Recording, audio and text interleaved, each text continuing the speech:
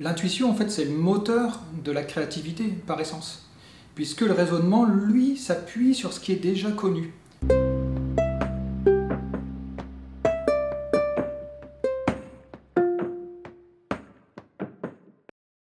Une des difficultés, on va dire, pour l'intuition, c'est que chacun a sa petite définition. Pour certains, ça va être la petite voix intérieure, ou le sixième sens, ou un ressenti, le ressenti des tripes, etc. Tout ça, c'est ok, tout ça, c'est vrai, mais ce sont des petites facettes, on va dire, de l'intuition. Donc si on regarde dans le dictionnaire, ben là, on a la définition, c'est beaucoup plus clair, et ça permet de se mettre tous d'accord. Et l'intuition, la définition, c'est capacité à produire une connaissance sans utiliser son raisonnement. Alors, vu la définition de l'intuition, le raisonnement n'intervient pas dans l'intuition, puisque l'intuition, par définition, c'est le contraire du raisonnement. Et parfois, on peut penser que le raisonnement inconscient, c'est-à-dire qu'une idée qui serait réfléchie, mais inconsciemment, c'est-à-dire qu'on n'est pas conscient de ce qu'on est en train de réfléchir et qui émerge, on pourrait avoir l'impression que cette idée est de l'intuition.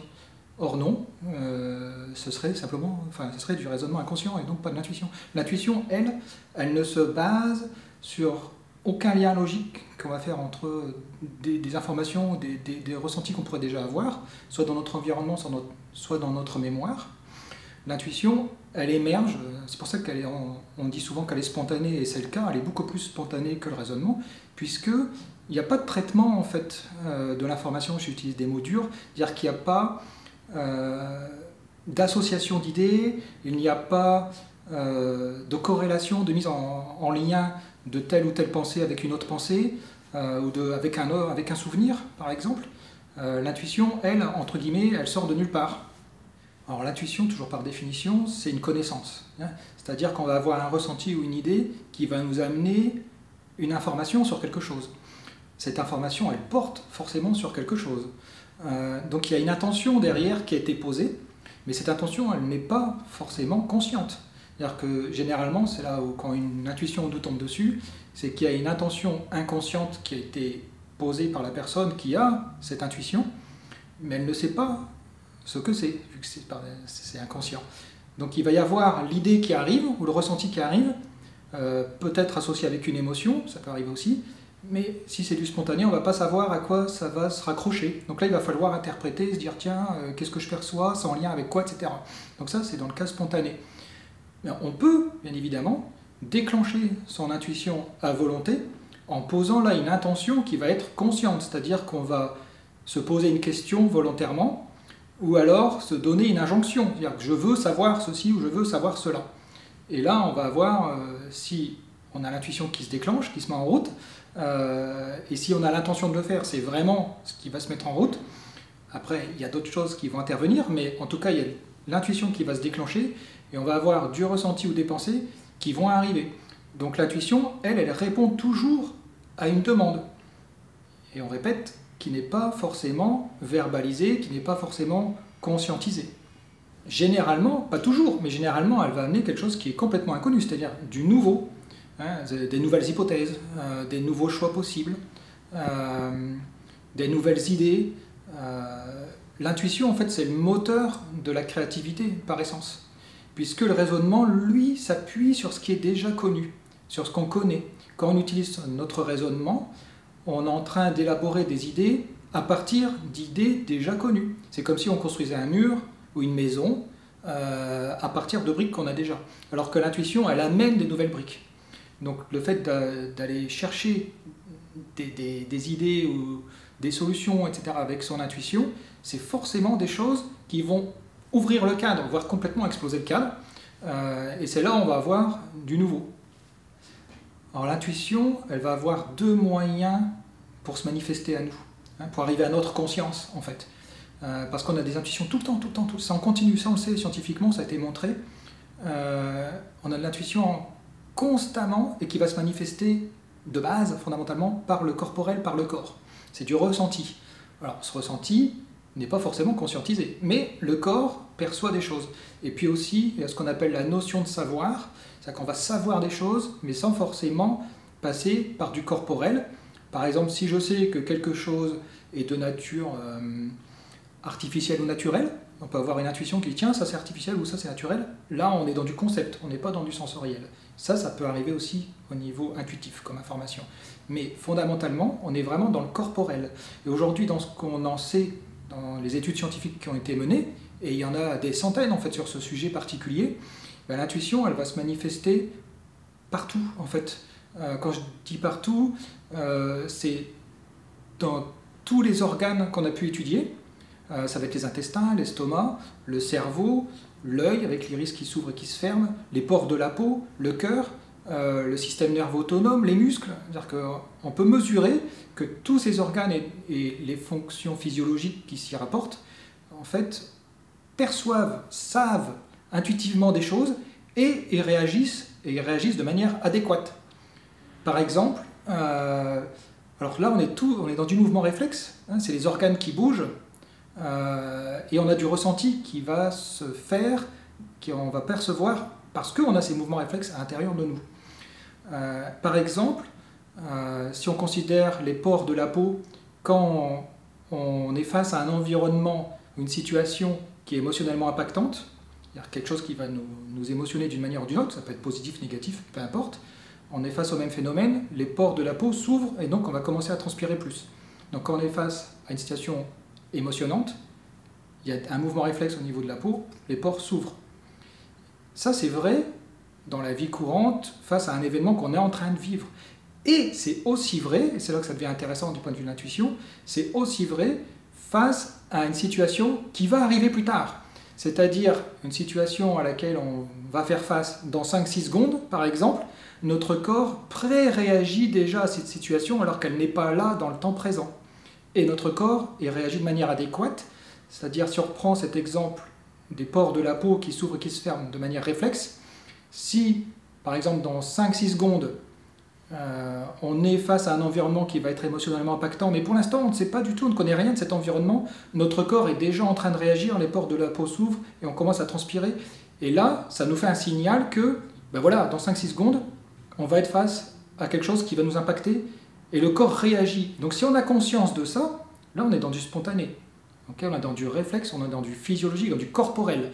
Mais si on s'entraîne, on va dire, si on a conscience de ce qui se passe, là ça devient cognitif, c'est-à-dire que ça devient au niveau de la pensée, ça devient conscient, et là ça devient une pensée qui est conceptuelle, et on peut l'utiliser pour faire un choix. Par exemple, tiens, je fais face à un environnement qui va être émotionnellement impactant, je prends conscience de ça, je prends conscience que ça peut être quelque chose de dangereux, imaginons, et là je peux faire un mouvement de côté. Et c'est là que l'intuition, elle peut nous aider pour faire un choix, par exemple. L'intuition, elle va se manifester maintenant, et sur le maintenant, sauf que le maintenant de l'intuition, il est tout le temps. Pour elle, tout est maintenant. D'ailleurs, quand on veut convoquer, quand on veut poser une question à son intuition, on pense au présent. Il n'y a que le raisonnement, en fait, qui connaît le passé et le futur. Parce que c'est le raisonnement qui nous dit que telle chose est avant ou telle chose est après. Le raisonnement, il est dans le relatif, il compare, il découpe. L'intuition, elle est, on va dire qu'elle est plutôt dans le monde absolu. C'est-à-dire que tout est maintenant et tout est ici pour l'intuition. Donc, imaginons qu'on veuille savoir quelque chose qui est plus tard, ben on va dire, voilà, dis-moi ou décris-moi, amène-moi une information sur comment c'est dans 2 jours. C'est pas comment ça sera dans 2 jours. Ou alors, si on est dans le passé, dis-moi comment c'est à telle date, mais dans 3 jours. Pas comment c'était. Et d'ailleurs, elle ne se manifeste que dans le présent. Et ça, c'est un point que je peux ajouter, parce que je trouve ça très intéressant. C'est quand on utilise son intuition de manière massive, c'est-à-dire que quand on va l'utiliser pendant 10, 15, 20, 30, 60, 120 minutes, en fait on perd la notion du temps qui passe. Et on est vraiment dans le présent avec soi-même, parce que l'intuition, on va la chercher en soi. Et peu importe là où on est en train d'aller explorer dans le temps ou dans l'espace, ben, en fait c'est en nous et c'est maintenant, tout le temps. L'intuition est un outil, okay, c'est un outil donc on peut l'utiliser, de connaissance. Elle va nous amener des connaissances sur ce qu'on veut savoir. Donc, si on veut avoir des idées, des informations sur le chemin qu'on est en train d'emprunter, dans la vie, hein, si on veut faire telle ou telle chose, on a l'intention de faire ou telle chose, l'intuition, elle va nous dire c'est ok ou c'est pas ok, ou ça va se passer comme ci, ça va se passer comme ça. Et c'est là où on va pouvoir mettre en œuvre Donc dans ce sens-là, l'intuition, c'est clairement un guide pour nous, chacun d'entre nous, pour aller vers là où on souhaite aller. C'est-à-dire qu'elle va répondre aux intentions que l'on a. Donc si l'intention, prenons un cas précis, si on a une intention d'aller sur un chemin, on a à gauche ou droite par exemple, et qu'on a l'intention d'aller à gauche, mais que finalement aller à gauche, c'est pas forcément la meilleure direction à prendre, ça va nous dire, prends plutôt à droite, quoi. Alors que si on prend à droite et que c'est le meilleur chemin d'aller à droite, ça veut dire, ok, va à droite. Mais quand je dis le meilleur chemin, c'est par rapport à une intention profonde de vie globale. C'est-à-dire que l'intuition constamment va nous donner des informations sur ce qu'on est en train de faire maintenant, mais en fonction de ce que l'on souhaite faire de manière générale dans la vie. Donc en fait, il y a plusieurs niveaux d'intention, des courts termes, des moyens termes, des longs termes. Voilà, c'est la vie de tous les jours qui s'exprime comme ça. Alors pour prendre contact avec notre intuition, oui, parfois on peut avoir l'idée qu'il faut être entre guillemets zen, il faut être détendu, il faut faire le calme mental. Oui, à un certain niveau, mais ça c'est avant de faire appel à son intuition. Quand on fait appel à l'intuition, il faut surtout être dans le maintenant, et il faut être actif par rapport à elle, c'est-à-dire il faut la solliciter, quoi. Donc si on est trop zen, bon, ça marche pas terrible. Et il faut surtout en fait se poser des questions pour poser les intentions sur ce qu'on veut savoir. Parce que l'intuition, elle, c'est vraiment comme un ordinateur. On lui pose une question, elle répond à la question. Ni plus ni moins, exactement à la question. Donc il faut se poser une question. Donc la meilleure prise de contact qu'on puisse avoir avec son intuition pour l'appeler, on va dire, la convoquer et avoir une réponse à quelque chose, c'est de lui poser une question. Par exemple, tiens, tout à l'heure, j'ai un déjeuner avec des gens pour le travail. On peut avoir, par exemple, des appréhensions. Comment ça va se passer? Est-ce que je vais réussir à décrocher le contrat, par exemple, que je veux décrocher, si c'est un déjeuner de travail? Et là, c'est l'intellect qui commence à se mettre en route. Okay. Donc la meilleure chose à faire, quand on veut vraiment appeler son intuition et s'en servir, c'est dire stop, hop. Là, on va dire à l'intellect, arrête de mouliner dans le vide, parce que là, tu fais des projections, et voilà. Et on va se dire, c'est là où on va passer dans le présent. Ok, je suis maintenant au temps du déjeuner, et commencer à ce moment-là. Et là, on va aller chercher du sensoriel. Commencer visuellement, commencer au niveau des mouvements, commencer au niveau des formes, commencer au niveau du toucher, etc. Et rien que le fait de faire ça systématiquement au niveau du sensoriel, et ça c'est un petit exercice qu'on peut faire tout le temps dans la vie de tous les jours, parce que le temps passe dans la vie de tous les jours, et qu'est-ce qui va se passer dans 10 minutes, dans un quart d'heure, dans une demi-heure, dans une journée, et on peut faire ce petit exercice, et de se dire, quand je suis à ce moment-là, et maintenant j'y suis, par exemple dans le déjeuner, ça se passe comment? Mais sensoriellement parlant, okay, concrètement parlant, pas au niveau de l'émotionnel, d'accord? C'est comment ça se passe. Et puis, rien que le fait de faire ça, ça va ouvrir, c'est un peu la métaphore qu'on donne, ça va ouvrir l'intuition, et là on va commencer à avoir des idées sur de quoi ça cause, de quoi on parle en fait pendant ce déjeuner, dans cette situation-là. Comment est l'ambiance? Est-ce que ça marche ou pas ce que je veux faire? Okay.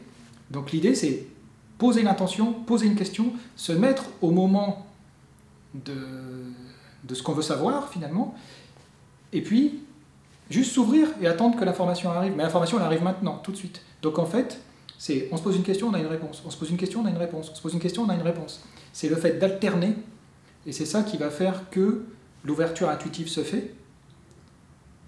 Et physiologiquement, ça se manifeste par le fait que les deux hémisphères du cerveau se synchronisent. Et c'est là où on travaille à plein, en fait.